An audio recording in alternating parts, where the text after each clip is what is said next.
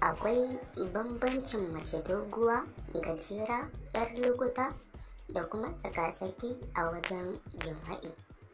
Kafin mu shiga daga ciki, 'yan uwa, muna roƙon ku danna mana like domin ba mu ƙwarin gwiwan kawo muku sababbin darussa da suka shafi jima'i.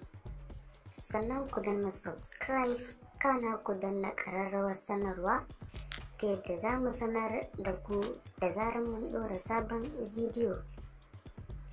Dangane da daɗin jima'i a tsakanin mata, masana suna da saɓanin fahimta a kai, kuma mafiya rinjaye a cikinsu sun tafi ne akan cewa daɗin jima'i a tsakanin mata kawai ya ta'allaka ne akan wasu ginshiƙi guda uku. Yanayin da wasu suke ɗora abun akan yanayi ne na ni'imar mace, sannan kuma bambancin abin da ya kamata a fahimta ga mata shine ni'imar mace daban, kuma daɗin da za ta bayar wajen jima'i daban. Akwai mazan da ba sa son mace mai yawan ni'ima, yayin kuma da wasu mazan su abin da suke bukata kenan a wajen mace. Don haka ba a ɗora daɗin mace akan ni'imarta ko rashin ni'imarta.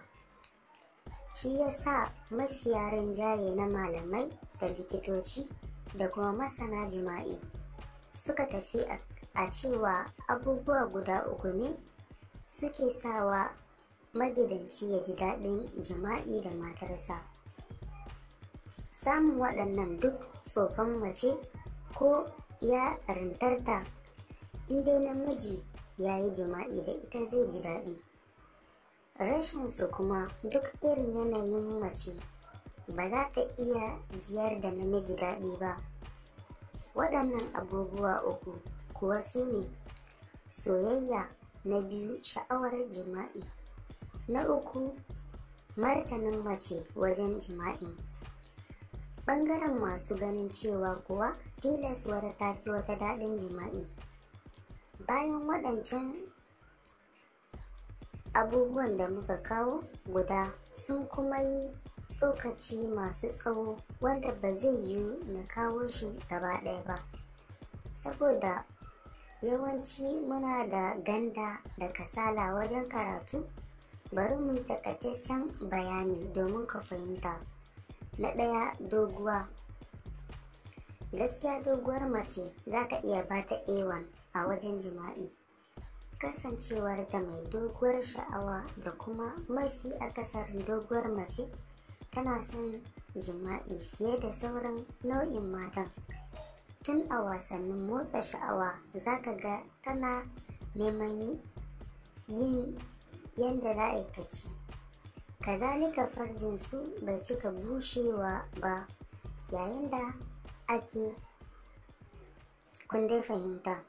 Kuma idan aiki ya yi aiki, akwai wani loko da za ka fada cikin gabansu, za ka ji azzakarinka ya ɗau ɗumi, ko kuma ka ji kana taɓo wani guri mai kama da ƙofar azzakarin namiji, musamman in tama dog style.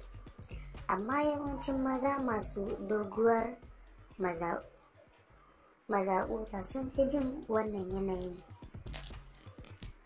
Za mu dakata daga nan. Ga duk mai son ci gaban wannan bayani, sai ku danna subscribe, sannan ku danna like domin ba mu ƙwarin gwiwan kawo muku sababbin darussa a kodayaushe. Hausa Online.